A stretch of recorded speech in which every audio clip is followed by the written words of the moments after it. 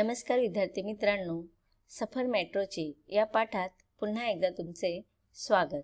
आज आपण बालभारती पाठ्यपुस्तकातील धडा क्रमांक 16वा अभ्यासणार आहोत आणि या पाठाचा हा सेशन क्रमांक 2 आहे। चला तर आपण रुपाली चव्हाण यांच्या अनुभवातून, यांच्या मुलाखतीतून त्यांना आलेला अनुभव या मेट्रो सफरच्या माध्यमातून जाणून घेऊया। रुपाली चव्हाण यांच्याशी साधलेला हा संवाद त्या मेट्रो चालवणाऱ्या पहिल्या महिला सारथी ठरल्या आहेत। प्रश्न: मेट्रो पायलट होण्यासाठी तुम्ही काय काय प्रयत्न केले, कोणता अभ्यास केला? आता बघा, इथे मुलाखत घेण्यात आली तेव्हा रुपाली चव्हाण यांना पहिला प्रश्न विचारण्यात आला की मेट्रोचे पायलट होण्यासाठी, पायलट म्हणजे चालक होण्यासाठी तुम्ही काय काय प्रयत्न केलेले आहेत किंवा कोणता अभ्यास केला किंवा कोणते शिक्षण तुम्ही पूर्ण केलेलं आहे? तेव्हा रुपाली चव्हाण उत्तर देत आहेत की मी कोकणातील सिंधुदुर्ग जिल्ह्यातील मुलगी, सिंधुदुर्ग शिक्षण प्रसारक मंडळाच्या अभियांत्रिकी महाविद्यालयातून इंजिनियर झाले। मेट्रोमध्ये पायलट होण्यासाठी इंजिनियर व्हावे लागते। तर बघा, इथे आपल्याला रुपाली चव्हाण माहिती सांगत आहेत की मेट्रोचं पायलट होण्यासाठी तुम्हाला कोणतं शिक्षण घ्यावं लागतं, तर तुम्हाला इंजिनिअरिंगचं शिक्षण पूर्ण करावं लागतं। आणि इंजिनिअरिंग पूर्ण होईल तर झाल्यावरती लगेच तुम्ही पायलट होणार का? नाही, तर एवढेच नाही तर चाचणी परीक्षा ही पास व्हावी लागते। ही चाचणी खूप अवघड असते। तर बघा, आता आपण पाहतो की शिक्षण झाल्यानंतर, कोणतीही डिग्री पूर्ण झाल्यानंतर तुम्हाला विविध प्रकारचे परीक्षा द्यावे लागतात आणि ह्या परीक्षा फार अवघड असतात। खूप अभ्यास करावा लागतो, खूप मेहनत करावी लागते, दिवस रात्र एक करून आपल्याला शिक्षण पूर्ण केल्यानंतर ह्या विविध स्पर्धा परीक्षा ज्या असतात त्या परीक्षा द्याव्या लागतात आणि ह्या परीक्षेमध्ये उत्तीर्ण झाल्यानंतर मग अशा प्रकारच्या विविध क्षेत्रामध्ये आपल्याला संधी मिळत असतात। तर असंच रुपाली चव्हाण यांनी इंजिनिअरिंगचं शिक्षण घेतल्यानंतर मेट्रोचं पायलट होण्यासाठी ज्या परीक्षा असतात त्या परीक्षा दिल्या आणि त्या पास झाल्या। पुढे त्या सांगत आहेत की पुन्हा प्रश्न त्यांना करण्यात आलेला आहे, फक्त परीक्षा पास झालात की तुम्हाला पायलट म्हणून मान्यता मिळते का? आता बघा, ह्या विविध ज्या स्पर्धा परीक्षा असतात त्या वेगवेगळ्या स्तरावरती परीक्षा घेतल्या जातात। लेखी परीक्षा असते, त्याच्यानंतर लेखी परीक्षामध्ये पास झाल्यानंतर मग तुमची प्रत्यक्ष इंटरव्ह्यू वगैरे घेतला जातो। तर अशा रीतीने त्यांना प्रश्न विचारण्यात आला की जेव्हा तुम्ही ही लेखी परीक्षा पास झालात तर तुम्हाला लगेच पायलट म्हणून तुमची नेमणूक करण्यात आली का? बघूया रुपाली याचं काय उत्तर देत आहे। रुपाली: नाही, यानंतर उमेदवाराची मानसिक आणि शारीरिक चाचणी घेतली जाते। आता तुम्ही पाहता की नाही, जेव्हा सैनिक भरती असते किंवा पोलिसांची भरती असते किंवा इतर स्पर्धा परीक्षा पास झाल्यानंतर तुमची मैदानावरती सुद्धा एक्झाम घेतली जाते, टेस्ट घेतली जाते। तर त्याच्यामध्ये तुमची शारीरिक पातळी काय आहे, मानसिक पातळी काय आहे, ह्या सगळ्या वेगवेगळ्या स्तरावरील परीक्षा घेण्यात येतात। शारीरिक चाचणीमध्ये तुम्हाला मैदानी टेस्ट घेतली जातात, तुम्हाला रनिंग वगैरे करायला लावतात की नाही, अशा वेगवेगळ्या प्रकारचे परीक्षा असतात। त्याच्यानंतर मानसिक तपासणी सुद्धा केली जाते तुमची, पूर्ण हेल्थ व्यवस्थित आहे की नाही, तुमचं शरीर तुमचं तंदुरुस्त असेल, पण मनाने तुम्ही ज्या क्षेत्रामध्ये कार्य करणार आहात त्या क्षेत्रामध्ये तुम्ही अगदी त्या क्षेत्राच्या मानसिकरित्याने तुम्ही तयार झालेले आहेत की नाही। आता बघा, एक राधिका मेनन यांचा सुद्धा पाठ तुम्ही पुढील इयत्तेमध्ये शिकणार आहात। तर राधिका मेनन ह्या सुद्धा कोण आहेत, तर त्या नेव्हीमध्ये पहिल्या महिला म्हणून त्यांनी कार्य केलेलं आहे। तर नेव्हीचं हे जे क्षेत्र आहे ते समुद्रामध्ये ज्या प्रकारे आपण विमानाचे पायलट असतात, रेल्वेचे पायलट असतात किंवा मग मेट्रोचे पायलट असतात, तसेच समुद्रामध्ये जे जहाज असतात ते जहाजावरती कार्य करणारे अधिकारी असतात। तसेच ह्या राधिका मेनन ह्या सुद्धा आहेत। तर त्याच्यामध्ये बघा, त्यांनी सांगितलेलं की ह्या मानसिकरित्या त्या तयार होत्या, पण घरातील लोक त्यांना परमिशन देत नव्हते, पण त्यांची मनाची तयारी होती। तर अशाच रीतीने आपण बघा, हे सर्वसामान्य सायकल चालवणे किंवा छोटीशी 4 चाकी गाडी चालवणे याच्यामध्ये फरक आहे. आणि रुळावरती ट्रेन चालवणे किंवा मग एरोप्लेन चालवणे हवेमध्ये की नाही, त्याच्यानंतर असंच ही मेट्रो चालवणे ही सुद्धा खूप वाटेल तेवढी सोपी गोष्ट नाही आहे. अत्यंत अवघड गोष्ट आहे. इतक्या हजारांच्या वरती प्रवाशांना ह्या ट्रेनमधून घेऊन जायचं असतं आणि त्यावेळेस त्या वाहन चालकाची शारीरिक आणि मानसिक स्थिती अत्यंत उत्तम असली पाहिजे. त्यासाठी ह्या वेगवेगळ्या परीक्षा घेतल्या जातात. म्हणून रुपाली सांगत आहे की पायलटची परीक्षा पास झाल्यानंतर उमेदवाराची मानसिक आणि शारीरिक चाचणीसुद्धा घेतली जाते आणि या सर्व चाचण्यांमध्ये पास झालात की मग मुलाखत घेतली जाते की ह्या सगळ्या तुमच्या रिटन टेस्ट असतात, ओरल टेस्ट असतात, नंतर मैदानी टेस्ट असतात, हेल्थ टेस्ट असते आणि ह्या सगळ्या टेस्ट झाल्यानंतर त्यामध्ये जर तुम्ही पास झालात मग तुमचं सिलेक्शन झाल्यानंतरच तुमची प्रत्यक्ष मुलाखत घेतली जाते आणि ह्या मुलाखतीमध्ये निवड झाल्यावर मग मेट्रो चालवण्याचे 1 वर्षाचे प्रशिक्षण तुम्हाला दिले जाते आणि मगच तुम्ही मेट्रो पायलट बनवू शकतात.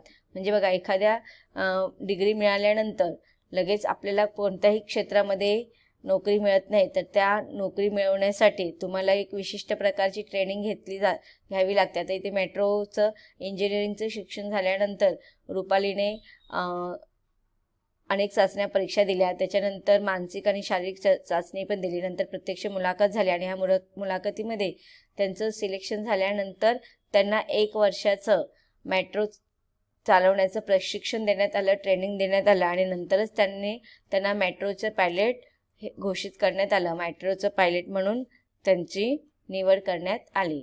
पुढचा प्रश्न त्यांना विचारण्यात आलेला आहे, रुपालीताई, पहिल्यांदा मेट्रो चालवताना तुम्हाला कसं वाटलं?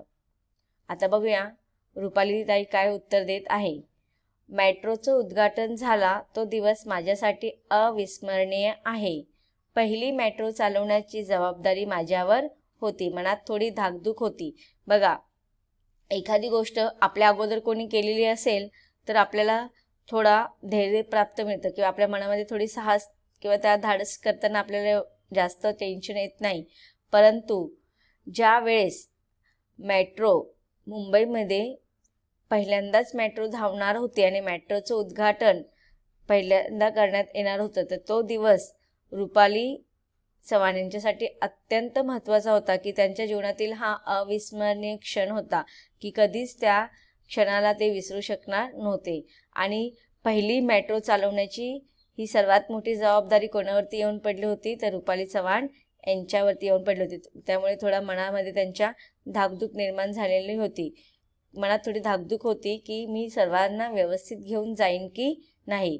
एकदा का मी मेट्रो चालवायला सुरुवात केली आणि मनातील सर्व भीती क्षणात पळून गेली. बघा, सुरुवातीला त्यांना भीती वाटत होती. काय भीती वाटत होती की पहिल्यांदा आपण मेट्रो चालवत आहोत आणि पहिलीच मेट्रो धावणार आहे आणि ह्या मेट्रोमध्ये बसलेले जे काही प्रवासी असतील त्यांची सगळ्यांची जबाबदारी आणि मेट्रो चालवण्याची जबाबदारी रुपाली चव्हाण यांच्यावरती होईल. मग ह्या सर्वांना मी व्यवस्थित घेऊन जाईल की नाही.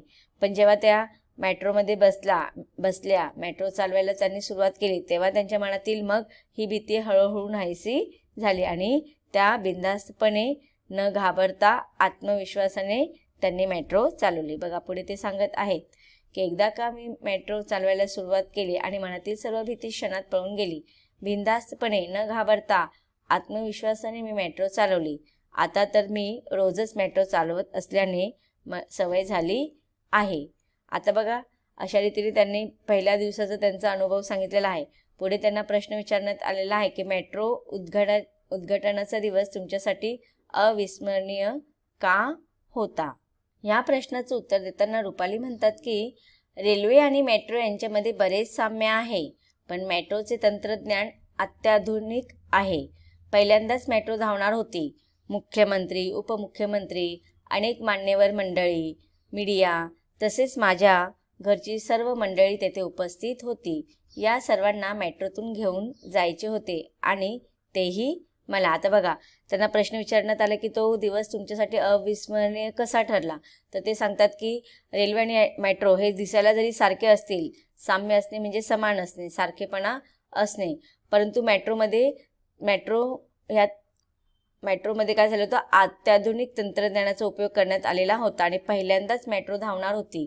आणि ह्या मेट्रोच्या उद्घाटनासाठी त्यावेळेचे जे मुख्यमंत्री होते ते पृथ्वीराज चव्हाण होते आणि उपमुख्यमंत्री तसेच इतर मान्यवर मंडळीसुद्धा आलेले होते आणि मीडियासुद्धा आलेली होती. बघा, तो दिवस कोणता होता, तर 8 जून 2014 हा दिवस होता. रविवार होता त्या दिवशी. आणि त्या दिवशी मेट्रोमधून प्रवास करणाऱ्या तो पूर्ण मला आठवत आहे की त्या दिवशी सगळ्या प्रवाशांना मोफत प्रवास करायची संधी देण्यात आलेली होती आणि पहिल्यांदा मेट्रो धावणार होती. त्यामुळे पूर्ण मुंबई शहरामध्ये सगळ्याच लोकांना उत्सुकता लागून लागलेली होती की सगळीकडे बघा टी व्हीमध्ये त्या दिवशी बातम्यांमध्ये पुन्हा हीच बातमी दाखवत होते आणि सगळे लोक मस्तपैकी टी व्ही समोर बसून ज्यांना तिथे जाऊन प्रत्यक्ष अनुभव घेता येत नव्हतं ते लोकांनी सर्वांनी तो अनुभव टी व्हीच्या माध्यमातून पाहिला. मी सुद्धा त्यावेळेस गावी होती आणि मुंबईतील हे सगळं जे अविस्मरणीय क्षण जो होता तो आम्ही सुद्धा टी व्हीमधून पाहत होतो गावी. आणि दुसऱ्या दिवशी वर्तमानपत्रामध्ये सुद्धा ह्या सगळ्या प्रसंगाचं वर्णन अत्यंत रोमांच पद्धतीने करण्यात आलेलं होतं. आणि जेव्हा बघा आपण जिथे राहतो त्या ठिकाणाबद्दल किंवा आपल्या शहराबद्दल किंवा आपल्या देशाबद्दल असं काही नाविन्य किंवा नवीन काही गोष्ट घडणार असते, त्या सगळ्यांचा आपल्या देशातील लोकांवरती नक्कीच परिणाम होत असतो.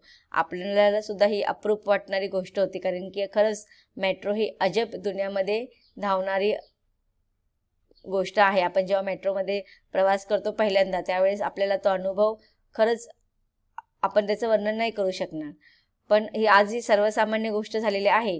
पण जेव्हा पहिल्याच दिवशी हा प्रसंग होत होता त्या दिवशी सगळ्यांना अप्रूप वाटत होतं. सगळीकडे बातम्यांमध्ये पुन्हा हीच गोष्ट दाखवण्यात येत होती की मुख्यमंत्री उपमुख्यमंत्री सगळे जमलेले होते आणि मेट्रोमध्ये बसून हा प्रवास सुरू होणार होता. तर त्याचं सगळं दृश्य टी व्हीवरती प्रत्यक्ष बहुतेक लोकांनी पाहिला आणि तोच अनुभव रुपाली इथे सांगत आहे की त्या दिवशीचं जे वर्णन आहे ते माझ्यासाठी अविस्मरणीय आहे की अनेक मान्यवर मंडळीला, मीडिया आणि त्यांच्या घरातील रुपाली यांच्या घरातील सगळ्यांना मेट्रोमधून घेऊन जायचं होतं आणि प्रत्यक्ष त्या दिवशी स्वतः त्यांना ही मेट्रो चालवायची होती. त्यामुळे थोडे त्या धास्तवल्या होत्या सुरुवातीला. नंतर त्यांना प्रश्न विचारण्यात आलेला की पहिली मेट्रो कुठून कुठपर्यंत धावली. रुपाली सांगतात की मेट्रोच्या उद्घाटनाच्या दिवशी मेट्रो वर्सोवा स्थानकावरून घाटकोपरपर्यंत धावली.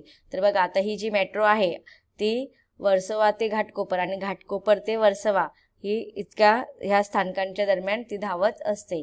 तर पहिल्या दिवशी वर्सोवापासून ते घाटकोपरपर्यंत मेट्रो धावलेली होती. प्रश्न विचारण्यात आलेला की मेट्रो कोणत्या इंधनावर चालते.